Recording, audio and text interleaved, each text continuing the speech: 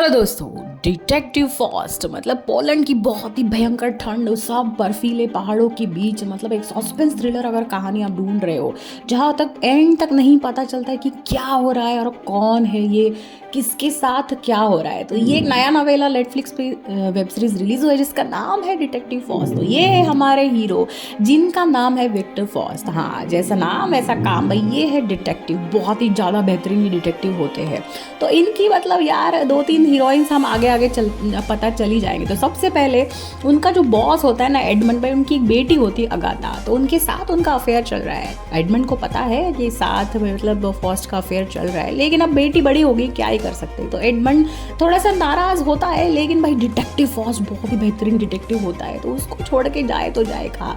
तो यहाँ पे एडमंड भाई, ये है एडमंड, तो एडमंड एक्चुअली फॉस्ट को कॉल करते हैं और सबसे मतलब जो सीन होता है ना वहाँ पे, मतलब बहुत ही बड़ा एक माउंटेन है जहाँ पे बहुत ज़्यादा ठंड है, बर्फ गिरी है, उसके ऊपर एक टावर में एक लाश लटकी हुई है। बाय गॉड, भयंकर अवस्था में वो लाश होती है। वहाँ तक ऊपर तक डिटेक्टिव चढ़ते हैं फॉस्ट और वो देखते हैं उनके मुंह में कॉइन है। तो वो कॉइन भाई वो लाश के मुंह से निकालते हैं और मतलब सोचते भाई इस कॉइन को मैंने कहीं तो देखा है। तभी वहाँ पे ओल्गा जो रिपोर्टर है, हाँ हाँ आगे जाके वो भी हीरोइन है हमारी, तो ओल्गा आ जाती है। रिपोर्टर को देख के मतलब फॉस थोड़े से नाराज़ हो जाते हैं कि इतनी जल्दी भाई तुम क्यों आए हो, सब इतनी जल्दी जल्दी चीज़ें क्यों छाप रहे हो, थोड़ा तो रुक जाओ।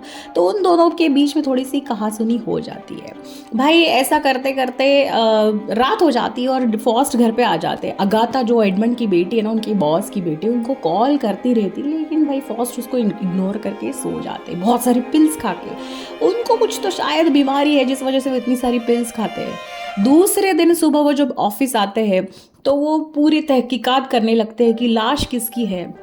लाश को भेजा जाता है फॉरेंसिक लैब में। तो वहाँ पे के डॉक्टर जो है वो उनको कहते हैं कि इस लाश को थोड़ा बहुत बुरी तरीके से मारा गया है और इसको फ्रोजन किया गया है, इसकी मुंह के अंदर कॉइन है। तहकीकात करते करते फॉस्ट और एडमंड दोनों भी डॉक्टर से मिलते हैं और उनसे सब बातचीत करके उनको एक मतलब थोड़ा सा अंदाज़ा हो जाता है कि एक्चुअल में क्या हो रहा है, बॉडी के साथ क्या क्या हुआ था। बहुत ही ज़्यादा बदसलूकी हो चुकी है, फ्रोज़न किया गया है एंड बहुत ही ज़्यादा मतलब भयंकर ये अपराध है।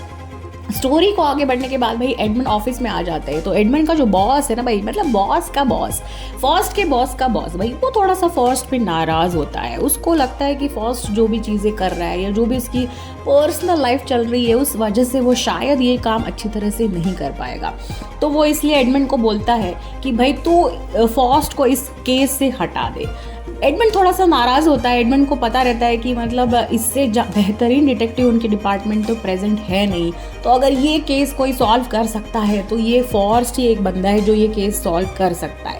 लेकिन भाई एडमंड का जो बॉस है ना भाई, वो बहुत ज़्यादा नाराज़ होता है फॉरेस्ट। वो कहता है नहीं भाई, इसको तो इस काम से तो निकाल दे और दूसरे किसी जगह पे डाल दे। जैसे तैसे करके एडमंड मान जाता है। तो उनके यहाँ पे एक पैरेलल एक मतलब मिनिस्टर होता है, मतलब हमारे यहाँ के जैसे पॉलिटिशियंस होते हैं ना वैसे एक अड्डा वाला मिनिस्टर होता है। उसका बेटा कुछ दिनों से मिसिंग होता है, तो वो पुलिस कंप्लेंट डाल देता है और कहता है कि भाई मतलब लगा दो, सब तुम्हारी पुलिस फोर्स लगा दो और मेरे बेटे को जैसे तैसे करके ढूंढ निकालो। तो एडमंड का बॉस कहता है भाई फॉस्ट को इस वाले केस से हटा के तू उस मिनिस्टर के बेटे वाला जो केस चल रहा है ना भाई उस पर डाल दे, शायद वो उसमें कामयाब हो जाए, शायद वो मिनिस्टर को बेटे के ढूंढ निकाले। तो एडमंड थोड़ा सा नाराज हो ही जाता है, लेकिन अब क्या करे भाई, बॉस की बात तो सबको माननी ही पड़ेगी। जैसे तैसे करे वो बात मान लेता है और उनकी डिपार्टमेंट की और एक बंदी होती है भाई जिसको इस काम पे वो लगा देता है। मतलब अब ये सारी जो चीज़ें हो रही है ना, लाशें वाशें मिल रही है, उस चीज़ पे वो लड़की लग जाती है और फॉस्ट को इस केस से हटाया जाता है। फॉस्ट ये सब सुन के बहुत ज़्यादा गुस्सा होता है। एडमंड को कहता है तुझे पता है मेरे से बेहतरीन डिटेक्टिव यहाँ पे है नहीं, अगर ये कोई केस सॉल्व करेगा तो वो तो मैं हूँ, लेकिन अब क्या कर सकते हैं। तो वहाँ पे भाई उस बीच में ओल्गा और फॉस्ट के बीच में थोड़ी बहुत दोस्ती हो जाती है। तो ओल्गा कहती है ये मुझे सारी चीज़ें पूरी स्टोरी मालूम करनी है और छापनी है।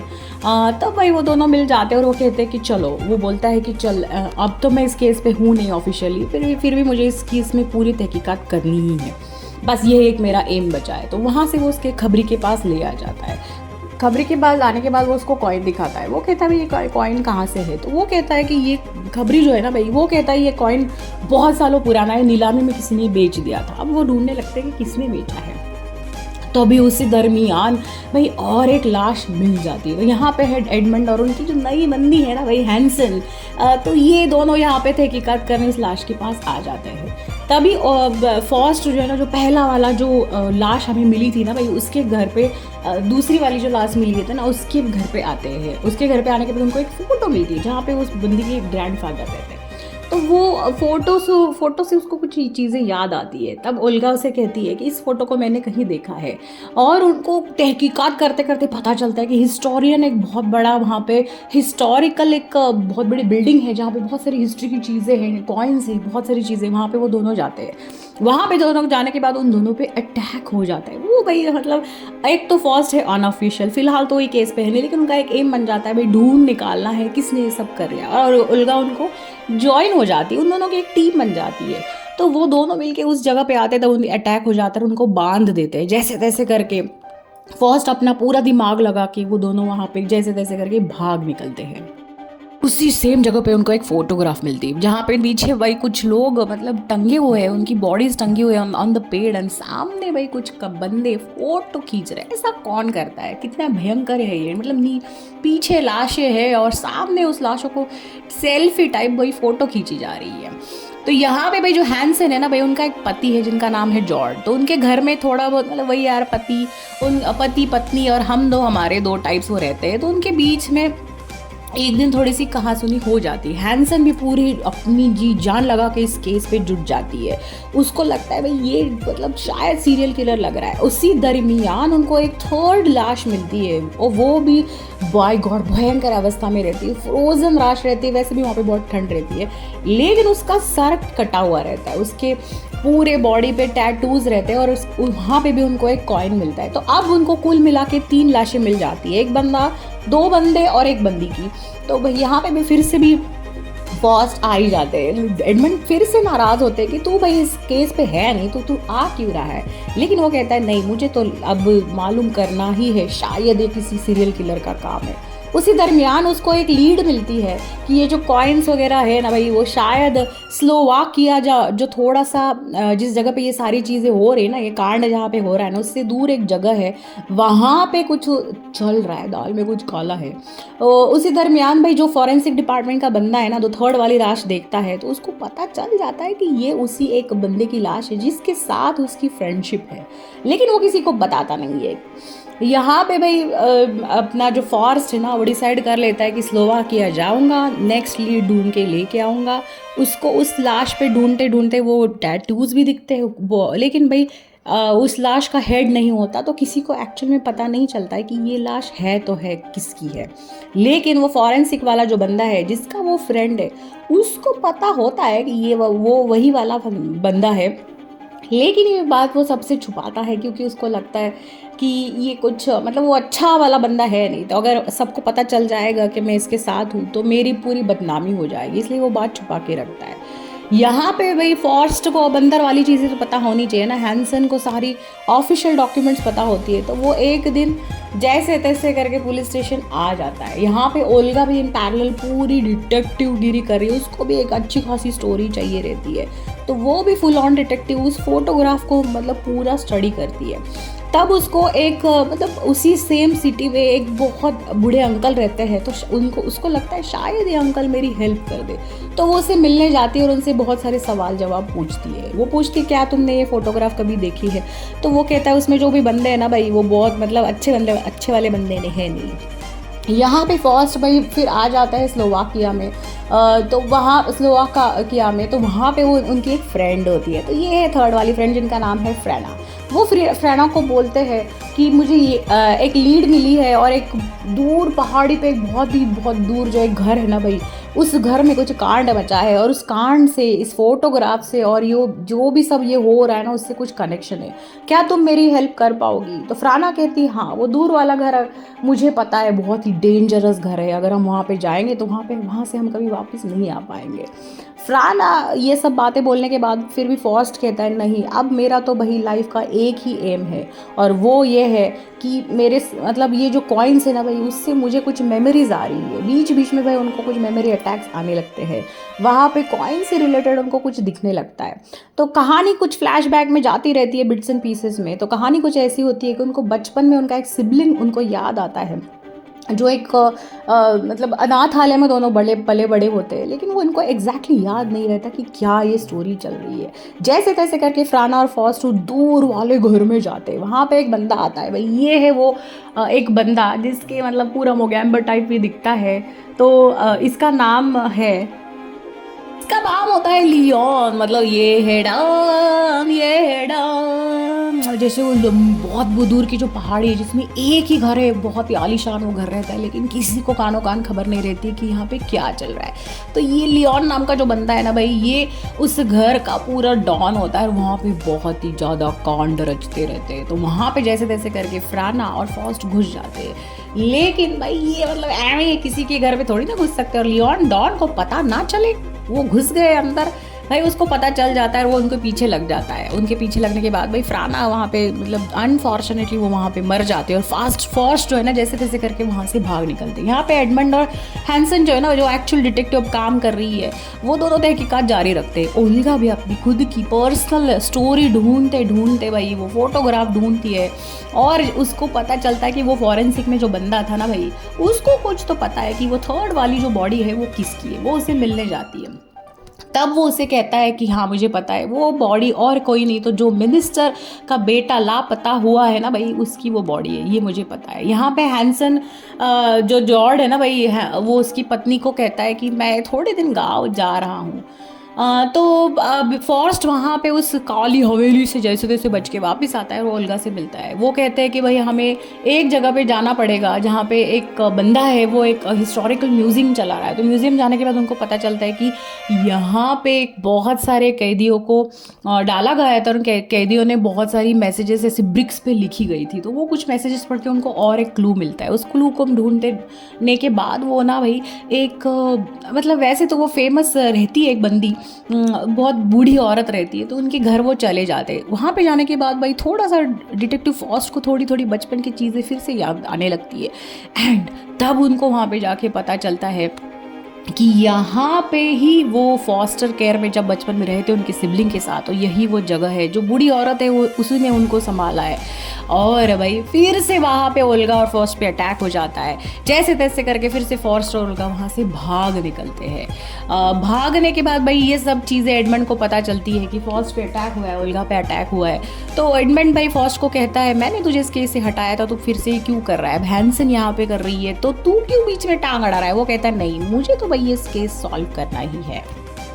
एक दिन ऐसे ही हैंसन घर पे आती है, जब जॉर्ड उनका जो पति है ना भाई, वो कहता है कि मैं 4-5 दिन अब गांव जा रहा हूँ। तब भाई उसको ऐसे कुछ क्लूज मिलते हैं जिससे उसकी होश उड़ जाते हैं।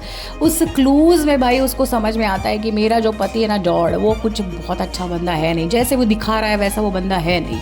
लेकिन उनकी 2 बच्चियाँ रहती है और उनको लगता है कि शायद ये जो सारे सीरियल खून हो रहे हैं ना भाई, इसके पीछे उसके पति का हाथ है। लेकिन अब वो मतलब पति से बहुत ज़्यादा प्यार करती है, तो अब किसी को तो बकरा बनाना पड़ेगा और ये केस आगे लेके जाना पड़ेगा। तो वो सब एक प्रेस कॉन्फ्रेंस करती है और उसमें जाहिर कर देती है कि भाई ये सारी चीज़ें फॉरेस्ट ने ही की है। लेकिन एडमंड को पता होता है कि ये सारी चीज़ें उसने नहीं की है। तो अचानक भाई ऐसे होता है, कहानी में ट्विस्ट ये आ जाता है कि भी अगाथा जो एडमंड की बेटी ने भाई उसको जॉर्ड, यस ये है जॉर्ड जो है हैंसन डिटेक्टिव जो काम कर रही है ना, उनका पति, ये बहुत डेंजरस आदमी है। तो ये भाई अगाथा का किडनैप कर लेता है और फॉरेस्ट को मैसेज भेजता है कि भाई मैंने उसको किडनैप कर लिया है। हैंसन को ये सारी बातें पता चल जाती है, लेकिन वो अपने पति को पूरा बचाने की कोशिश करती है। उसको पता है कि एक्चुअल में मॉन्स्टर जॉर्ड ही है, मेरा पति ही है, लेकिन वो सारे ज़माने के सामने कह देती कि ये सारे खून जॉर्ड ने मतलब किसी ने नहीं, फॉरेस्ट ने ही ये सब किया है। मेन जो विलन है ना भाई, ये तो फॉरेस्ट ही है। यहाँ पे अगाथा को जॉर्ड जो है वो गायब कर देता है। ओल्गा और फॉरेस्ट फिर से मिलकर सोचते हैं अगाथा कि कहाँ पे होगी। उनको एक क्लू मिलता है, उस क्लू से भाई वो उस जगह पे पहुंचते हैं। जब तक वो पहुंचते तब तक भाई वो अगाथा को मार देता है। एडमंड बहुत ज़्यादा बुरा उसका हाल हो जाता है, उसको बहुत बुरा लगता है। उसकी एक ही बेटी होती है, वो भी मर जाती है। अब भाई फॉस्ट भी बहुत दुखी हो जाता है। ओल्गा को भाई एक जगह पे सेफ जगह पे उसने रखा हुआ होता है, लेकिन अब उसको पता चल लगता है कि अब इसने अगाथा को गायब किया तो वो ओल्गा को भी गायब करेगा। तो वो वहाँ से जैसे तैसे करके जिस जगह पे ओल्गा को रखा है उस जगह पे आता है, लेकिन जब तक वो उस सेफ हाउस में आता है वहाँ से अब ओल्गा भी गायब है। और जो बंदा है ना भाई जॉर्ड, वो और कोई नहीं, वो हमारे फॉस्ट का बचपन का सिबलिंग है। वो पूरा ये चीज़ें वो मेंटली पूरा डिस्टर्ब होता है, और जिस फॉस्टर केयर होम में वो दोनों पल बढ़ते हैं वहाँ से लेके ये कहानी शुरू होती है। इसलिए वो पूरा मतलब मैं वो बहुत ही भयंकर विलन बन जाता है। जो भी बचपन में उसके साथ हुआ था, कुछ घटनाएं अभी तक हमें दिखाई गई नहीं थी, लेकिन जो भी हुआ था उस वजह से उस पर बहुत ज़्यादा मेंटली डिस्टर्ब वो हो जाता है। उस वजह से वो ये सारी खून करते रहता है। तो भाई मतलब खूनी और कोई नहीं, हमारे डिटेक्टिव हैंसन जो ना जो इस केस पे एक्चुअली काम करने वाली है, उसका पति। अब मतलब लेकिन भाई कहानी में और एक ट्विस्ट है। जब फॉस्ट ओल्गा को बचाने के लिए वापस आता है तब वहाँ से ओल्गा भी गायब है, एंड वो जो सिबलिंग है जॉर्ड, फॉस्ट का सिबलिंग, हैंसन का पति, वो भी गायब है। एंड एंड वाले सीन में भाई ऐसा दिखाया कि ओल्गा जो रिपोर्टर है ना भाई, वो खुद उस जॉर्ड को लेके भाग रही है। तो मतलब बाय गॉड मेरे तो रोंगटे खड़े हो गए एंड तक समझ में। एंड तक कुछ ऐसा है कि शायद सीजन 2 आएगा, शायद ओल्गा ही कातिल है, या फिर जॉर्ड और ओल्गा मिलके ये सारी चीज़ें कर रहे थे। इसमें फॉस्ट का यहाँ तक एंगल तो पता चल गया था कि बचपन में कुछ ऐसे हादसे हुए थे जिस वजह से ये कहा सुनी भाइयों के बीच हो गई थी, लेकिन अब पूरा डिटेल शायद सीजन 2 में पता चलेगा। फिलहाल के लिए हमें लगता है कि ओल्गा या फिर जॉर्ड या दोनों मिलके टीम अप करके ये सारा कांड रचा रहे थे। तो भाई देखते हैं, सीजन 2 आएगा तो अलकी मैं तो आपको बताती रहूंगी। तब तक के लिए भाई मेरे चैनल को लाइक, सब्सक्राइब एंड शेयर। कभी यस कभी नो। टिल देन बहुत सारी मूवीज देखें, एंजॉय कीजिए। Bye bye.